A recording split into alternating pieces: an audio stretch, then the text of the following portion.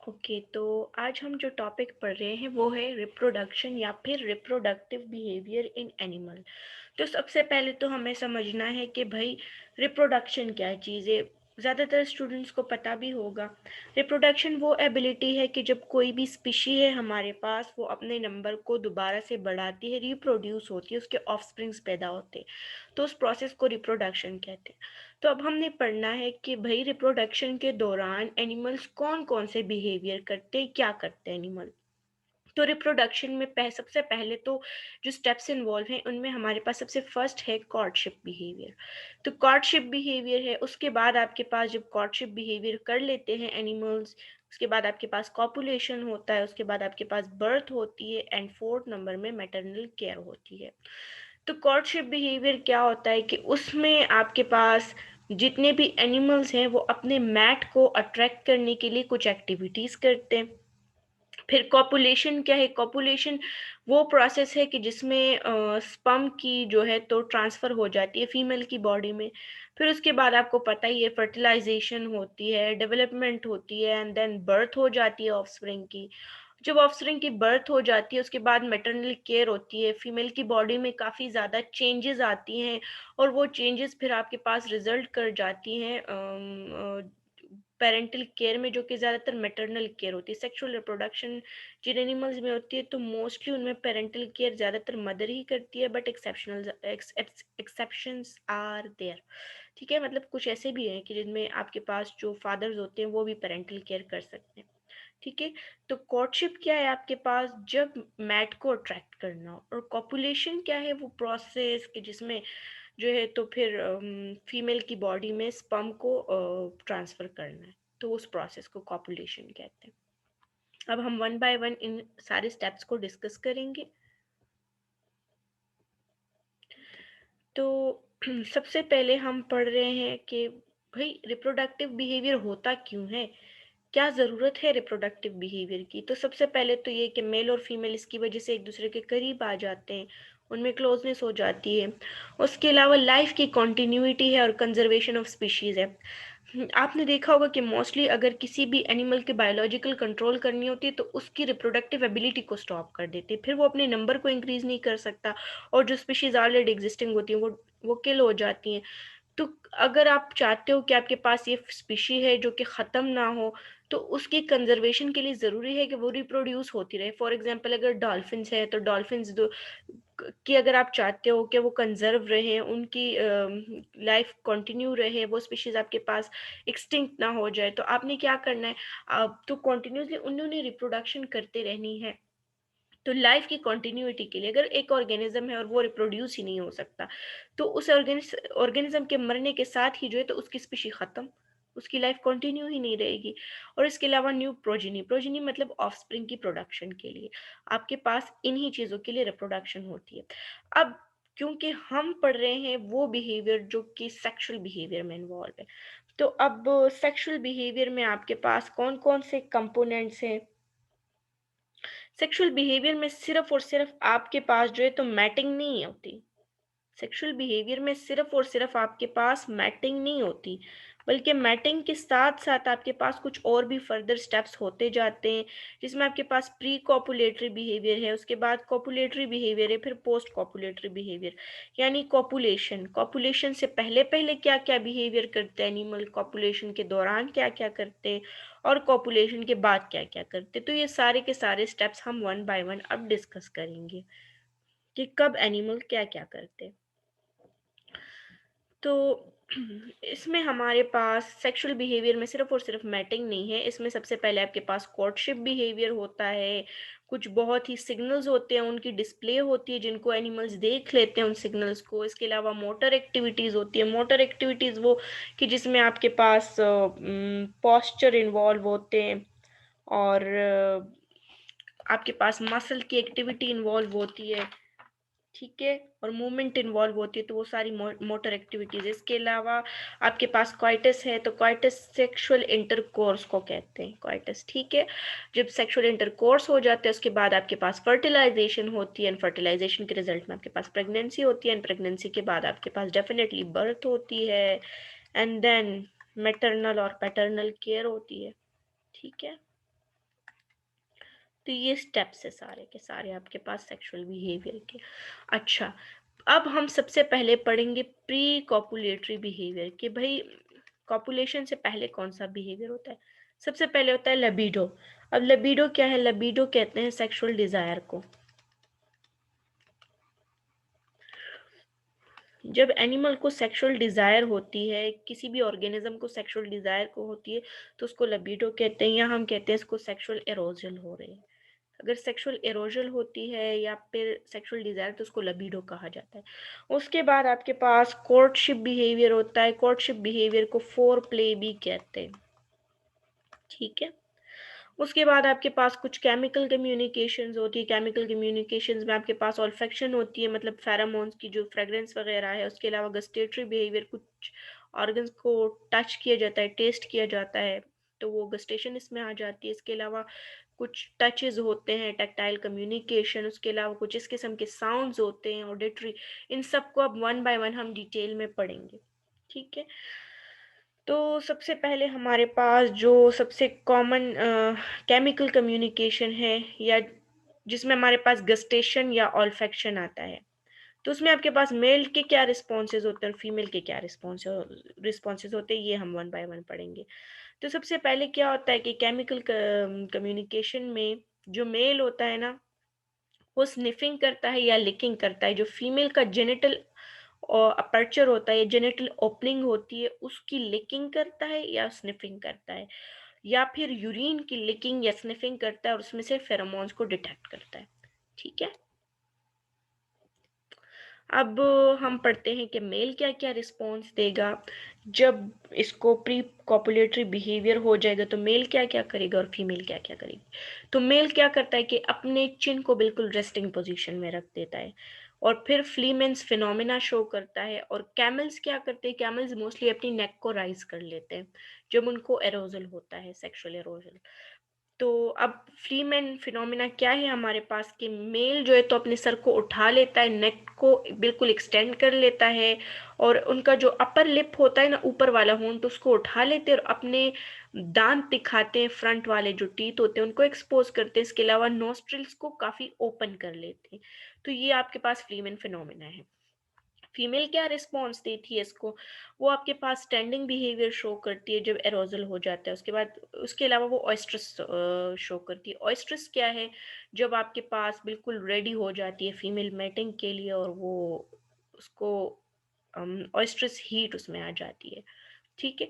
तो ऑयस्ट्रस क्या है? जब आपके पास फीमेल हीट में हो टोटली और मैटिंग के लिए बिल्कुल रेडी हो, तो उसको हम ऑयस्ट्रस कहते हैं, ठीक है। आपके पास ह्यूमन बीइंग्स के अलावा जितने भी फीमेल्स हैं, बाकी मैमल्स की, बाकी एनिमल्स की, उनमें ऑयस्ट्रस होता है, लेकिन ह्यूमंस में ऑयस्ट्रस नहीं होता, ठीक है। उसके बाद है आपके पास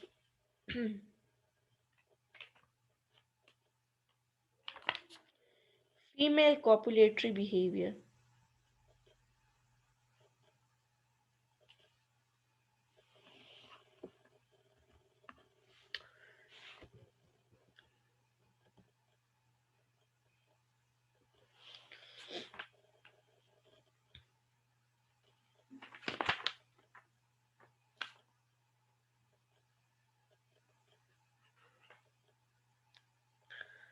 अच्छा, इसके अलावा आपके पास क्या होता है कि जो आपके पास मेल होते हैं ना, टेक्टाइल कम्युनिकेशन भी होती है। तो मेल क्या करते हैं? आपके पास लिकिंग करते हैं और नजलिंग करते हैं। पेरेनियल रीजन जो फीमेल्स की होती है ना, शीप्स में, गॉड्स में, कैटल में, तो उनकी जो पेरिनियल रीजन होती है, वो रीजन जहाँ पे रिप्रोडक्टिव ऑर्गन प्रेजेंट होते हैं, उसे पेरिनियल रीजन कहते हैं।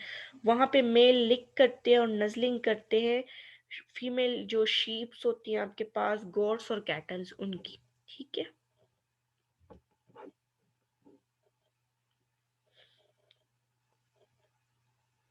अब फीमेल में प्री कॉपुलेटरी बिहेवियर आपके पास कैसे होता है? हम कहते हैं कि इनमें आपके पास कोर्टशिप होती है, या फिर कौन कौन से क्लूज मिलते हैं कि भाई फीमेल जो है तो अब रेडी है मैटिंग के लिए। कॉपुलेशन के लिए रेडी है।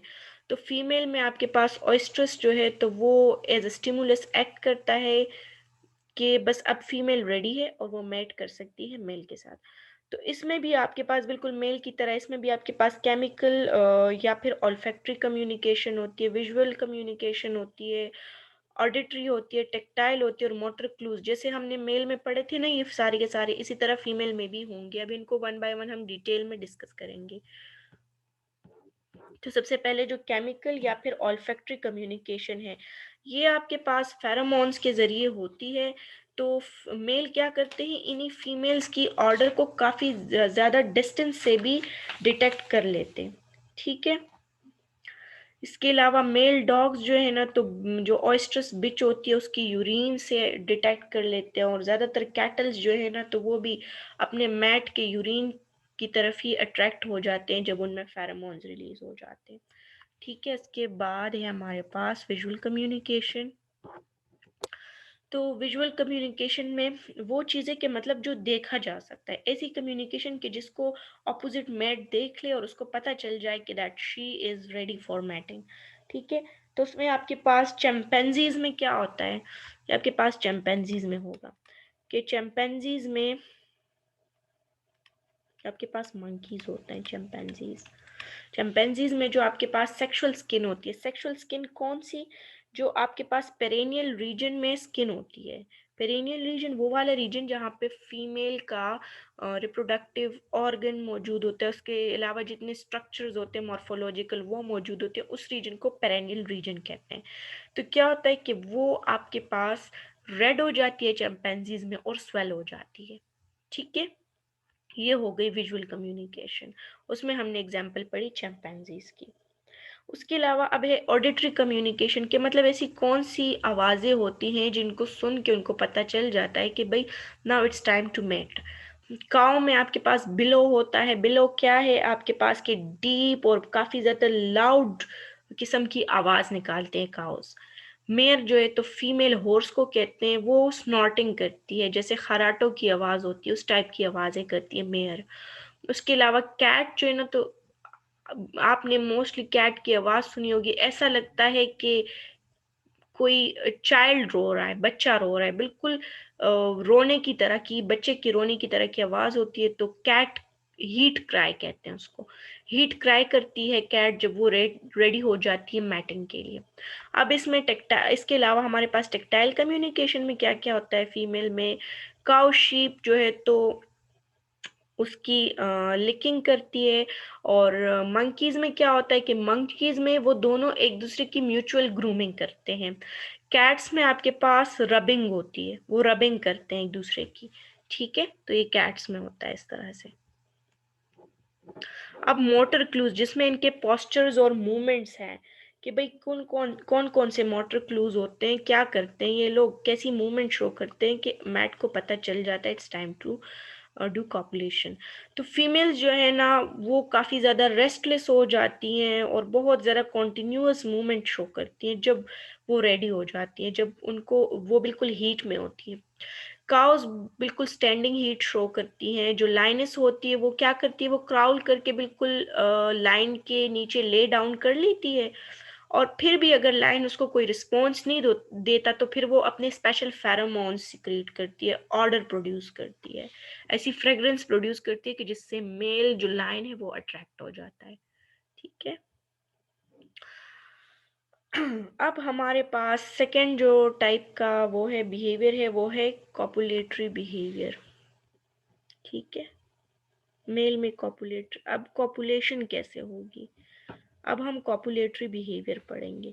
तो कॉपुलेटरी बिहेवियर आपके पास मेल में भी होगा और फीमेल में भी होगा कि भाई वो कॉपुलेशन के दौरान क्या क्या करेंगे। तो मेल में सबसे पहले क्या होगी कि उनका पीनिस एरेक्ट हो जाएगा और प्रोजेक्ट हो जाएगा आउटवर्ड। माउंटिंग और फिक्सेशन होगी। माउंटिंग क्या, माउंटिंग कहते हैं क्लाइंबिंग को, कि जब वो क्लाइंब कर लेते हैं फीमेल के ऊपर। और फिक्सेशन वो होती है कि जब फीमेल को ऐसी पोजीशन में कर लेते हैं कि उनके साथ मैटिंग कर सकते हैं। और इंट्रोमिशन कैसे कहते हैं कि जब जो कॉपुलेटरी ऑर्गन है उसको इंसर्ट कर दे फीमेल में। एजिकुलेशन के जब स्पर्म को मेल की बॉडी से निकल के फीमेल की बॉडी में ट्रांसफर हो जाए या मेल की बॉडी से निकल जाए उसको एजुकुलेशन कहते हैं। अब हम इन सबको वन बाय वन पढ़ेंगे भी डिटेल में। क्या होता है कि सबसे पहले हमारे पास एरेक्शन है। तो कहते हैं ज़्यादातर एनिमल्स में माउंटिंग से पहले ही एरेक्शन हो जाती है। कैमल्स जो होते हैं तो कैमल्स में उनका जो पीनस होता है वो फुली प्रोट्रूड हो जाता है माउंटिंग से पहले। जितना उनका पीनस होता है वो कंप्लीटली निकल आता है बाहर कैमल्स में। अब माउंटिंग और फिक्सेशन में क्या कर होता है एनिमल्स में, जो शी कैमल होती है वो बिल्कुल सिटिंग पोजीशन में माउंटिंग करती है, बिल्कुल सिटिंग पोजीशन में बैठ जाती है और फिर जो है तो मेल आके उसके साथ मैटिंग कर लेता है। कैट्स और रैबिट्स में क्या होता है कि मेल जो है तो उनके स्क्रफ को बाइट करते हैं। स्क्रफ क्या होती है, जो नेक के बिल्कुल पीछे रीजन नहीं होती उसको स्क्रफ कहते हैं। अब कहते हैं सबसे सक्सेसफुल माउंटिंग कौन सी है। सबसे सक्सेसफुल माउंटिंग आपके पास वो वाली माउंटिंग है कि जिसमें जो आगे वाले लेग्स हों उसमें फीमेल्स को बिल्कुल टाइटली ग्रास्प कर लिया जाए और उसको फिर पुश किया जाए उसके पेल्विक रीजन को, तो वो सबसे सक्सेसफुल माउंटिंग है।